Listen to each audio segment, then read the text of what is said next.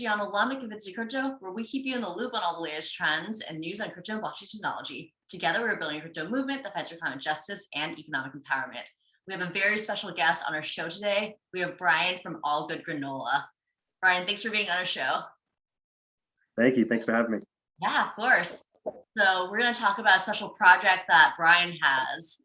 Very first thing, though, we have a special thing that we start off all our story time sessions with. I want to ask you one quick question.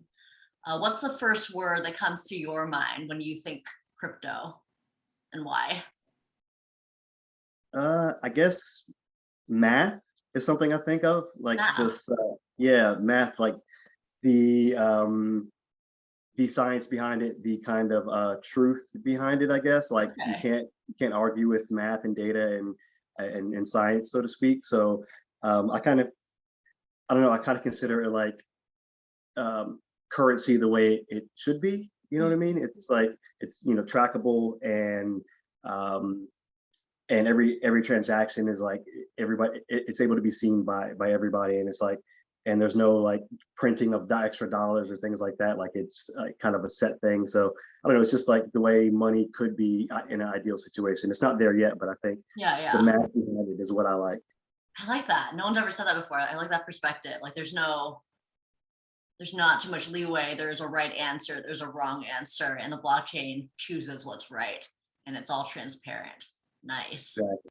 That's it. Nice. Nah. All right. So first thing I want to ask you is, what is your project? What is Good Granola? I know it's an upcycling project. So I want to know how you would describe upcycling for our audience here. Yeah, sure. So I think upcycling is a term I borrowed, where it's basically talking about taking something that was being wasted or thrown out and turning it into something else that's useful. So kind of like recycling, but instead of turning it from plastic into more plastic, it's turning it from waste into something that is useful or tasty in this case. So what we do is we make granola bars using what's called spent grain from local breweries.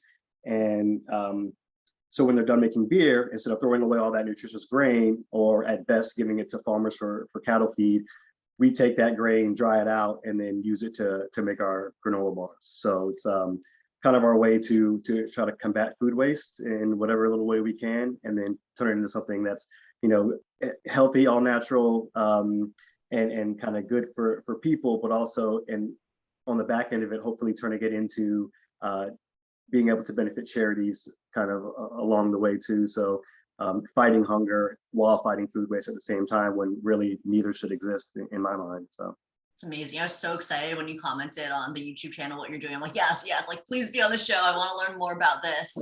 So how does the waste thing work? I actually homebrew kombucha, so we do get the kombucha waste, but how does the grains work? Have you partnered with different breweries, and you just like knock on the door and be like, I want your waste? How does that work? Essentially, that's what it was. Like it was it's a very grassroots company. When I say company, it's just me. I have help, from friends and family, obviously, but yeah. So it was a case where one, I was making my own beer. So just like you're making your own kombucha, me and my buddies were making our own beer. And at the end of the process, we always threw the grains away just because that's what you were kind of taught to do. But they smelled so good to me. I was like, I want to do something with this stuff. Like it's my favorite part of the process. Yeah. So I started making the granola bars as just a side thing. And I was still working corporate world at that point, and I was selling the granola bars to coworkers. And then when I left that job, the orders kept coming in. So I was like, well, I need to get more grains. So I said, let me go to the breweries. And the first guy I went to was like, yeah, I actually made some beer today, so you can have this grain. And I took it, and that's like the day it became a business. So nice. Yeah. So you're doing this full time now. Absolutely. Yeah, this is what I'm trying to build now is the granola bar company, to be as big as it possibly can. I mean, there's so many breweries in the United States where it's like I've only tapped into the local market here in Virginia Beach at this point, and kind of surrounding cities, Norfolk and Chesapeake, where it's like I'm only working with a dozen or so breweries, but there's literally thousands that I potentially work with in the future. So that's kind of the long-term goal. Awesome. So I want to know your story. How did you get into the blockchain space? And I know you're going to mint Algorand NFTs. How did you put this all together? Like, okay, breweries and upcycling and NFTs. Like, how did this all come together? Yeah, no, it's pretty wild. No, it's a wild combination, and I think it's just part of the way my brain works. I'm Uh-huh. kind of into a lot of different things. As you can see behind me, I've got the record collection. It's like I've been a DJ for most of my life, so Nice. I'm huge into music as well. So NFTs were kind of a way for me to bring a lot of different things that I like together. Mhm. Um, I kind of first heard about NFTs through Gary Vee. I'm sure a lot of people kind of got Yeah. that introduction through him. But yeah, so that's what got me interested in kind of learning about what they are and what crypto and blockchain technology actually is. I have a degree in IT actually from Virginia Oh, Tech back in 2002 is when I graduated. So back then there was, I'm sure blockchain existed, but I had no knowledge of it personally. My thing was just kind of business IT, mild, some slight programming. I wouldn't even say really coding, but it was like kind of visual basic behind the scenes stuff with access and whatever else. So very kind of I've had a nerdy tech background that I okay. kind of got away from over the past whatever so years in the corporate world where I was kind of just doing different things that weren't really related to it. So anyway, the technology aspect of it, the art aspect of it, I've always considered myself an amateur artist. I like Mhm. drawing and sketching and coming up with characters and been doing that forever. The music thing is a part of it. I know there's music NFTs too. So it was just a thing where I'm trying to build my business. I want to make something that can help me promote it and get the word out about it, while also benefiting all the different areas that I want to benefit, charity wise. And then it's something that also brings in all these different aspects that I like. So the development and coding part of it, and the art, and hopefully music at some point behind it. And Mm, it's really kind of I want to make it a big thing, and this is kind of how it yes. starts. Oh, if you have a And music aspect for that too, I'd love to collab or something. I have a friend in India. We're talking about doing NFTs and music based on climate data. So if you want that to oh, be nice, part of your yeah. NFT project, maybe we can work together on that. That's so No, cool. yeah, for sure. I'd love that. Yeah, and then so the question about Algorand was, Yeah, yeah. um, Why Algorand? I have to give you the credit. Honestly, um, I found your YouTube channel when I was kind of doing some research about NFTs and where to mint and some alternatives. I think actually I searched maybe for alternatives to OpenSea, and Mm, uh, stumbled upon your video where you're talking about Algorand and kind of it just it made sense. I mean, I don't know, like I mentioned earlier about math. It's like sometimes there's a right and wrong answer, and mhm. initially I thought, maybe I'll mint on Ethereum because that's what everybody else is doing, and it seems like that's where the eyeballs are. But then, kind of after again watching your video and talking to you a little bit, it's like the transaction speed and the fees and the carbon negative aspect of the entire blockchain. That is what my business is about. And so Exactly. why not try that? And then, I mean, from an economic standpoint, why wouldn't I mint something for 0.001 cents? It's No like, gas. Yeah, you don't have those high gas fees and it's yeah, sustainable. Exactly, exactly. That's amazing. I'm glad that some of our little YouTube videos made a difference and I guess convinced you that that was one of the most sustainable ways to do it. I love that. yeah, for sure. So can you explain more of the charity aspect of your project? I know some of the proceeds from the NFTs are going to charity. I want to know, like, how did you choose which charities and the causes that you're supporting? Yep. So we have 5 characters that are part of the launch or the NFT project. They're called the Granola Gang. So they're a group. They're a band of 5 flavorful characters that basically are trying to support climate justice and do things to support the environment and sustainability. So each one supports a different charity and is focused on a different aspect of just trying to save our planet. Honestly, it's Mhm. I think there's a lot of different ways and a lot of different charities that are doing good. And my business currently only works with the local food bank in an effort to, combat hunger. But I figured with this, it was a way to kind of expand that and just touch other areas at the same time. So we support areas like Amazon Watch, Renewable World, cleanup, ocean cleanup, at the food bank, obviously, like I mentioned, and then World Wildlife Fund. I figured those were kind of a broad spectrum of areas that I think if everybody contributed to those things, we Mhm. actually would be in a decent place. So I figured this was and also a way for people to, if they want to choose their favorite character based on the art, they could choose their favorite flavor based on granola bars that we make, because right now each NFT comes with a 3-pack of granola bars, so they can choose it based on that, or they can choose it based on the charity they want to support. So just a way to make it multi-dimensional, and people can kind of pick and choose how they want to get involved with the project. Very nice. So how's it work? So it's with the purchase of the granola bars right now, you get the NFTs, or is it the other way around? And how's that? It's the other way around, and that's basically for anyone in the US and Canada, because of shipping issues. Okay, And yeah. allowed to basically send them to US and Canada. So anybody in those regions are able to purchase any of the NFTs. They all come with a certain level of product with them, and further along the line they'll come with merch as well. And so basically, once you've purchased it, there's a website we have set up where you can enter in your wallet address, tell us what you got, and then we'll in your shipping address, and we'll send you all the goodies that go along with it. Amazing. I'm so excited to try them. I think they got lost in the mail somewhere. I really wanted to let you know how I like them. I'm sure they're amazing, but yeah, I'm like, where are they? Where's that box? But somewhere. I did check on that. Right. So the USPS said that they were delivered to the front desk mailroom. Okay, I'll have to check there. I went upstairs and they weren't there. Yeah. No one had any idea. I was like, I was trying to explain, like they're these like granola bars are upcycled based on NFTs, and they should be from Virginia somewhere. Are they there in the office? And got some funny looks, but I think they've got to be somewhere. I hope they're not like missing. They've got to be in that mailroom somewhere, I think. Yeah, so they should be in a black shipping package, with like, it's like made of compostable packaging, so you should see it. Yeah, so we're trying to do little steps as we go along. I mean, I'm learning so much as I've been in just the sustainability space for one, but then kind of moving into the NFT space, where just trying to keep everything consistent is what we're going for. Yeah, as companies should. And I like how you're really thinking holistically everything with your company. Sustainability, So I want to know, how can our YouTube community here, anybody who watches this, how can we support your work, get involved, and help this project grow? Because I really love what you're doing here. Oh, thank you so much. So I think honestly the best ways is just follow Granola Gang NFT on Twitter. That's the account that I set up to kind of promote what we're doing and put the word out about what's being released.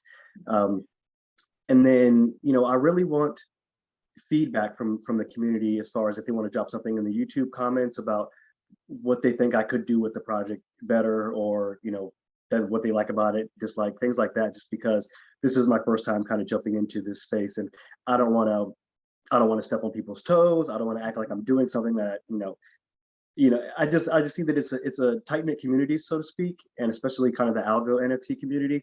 And I never want to come across as somebody who's coming in and creating something that is not authentic. Like, here's somebody that wants to give away some food and claim he's giving to charity, but he's they're kind of a dime a dozen. Like, there's kind of a trust factor that has to be built up in these communities, and so that's kind of what I want to do throughout the project. So just some feedback from your community about how to get that to come across in sort of how we promote it, and yeah, just any ideas that we can do to make it a better project. Also, so if anyone has any feedback for Bryan, just feel free to comment that below, and we'll see that in the comments on YouTube. Cool. One last question before we go. I wanted to know, what are you looking forward to in the next year? What else are you planning with this project or beyond? Maybe if you have other similar projects. Yeah, absolutely. So this is honestly just kind of the first step for me, was just dipping my toes in the whole water and releasing some things and seeing what happens.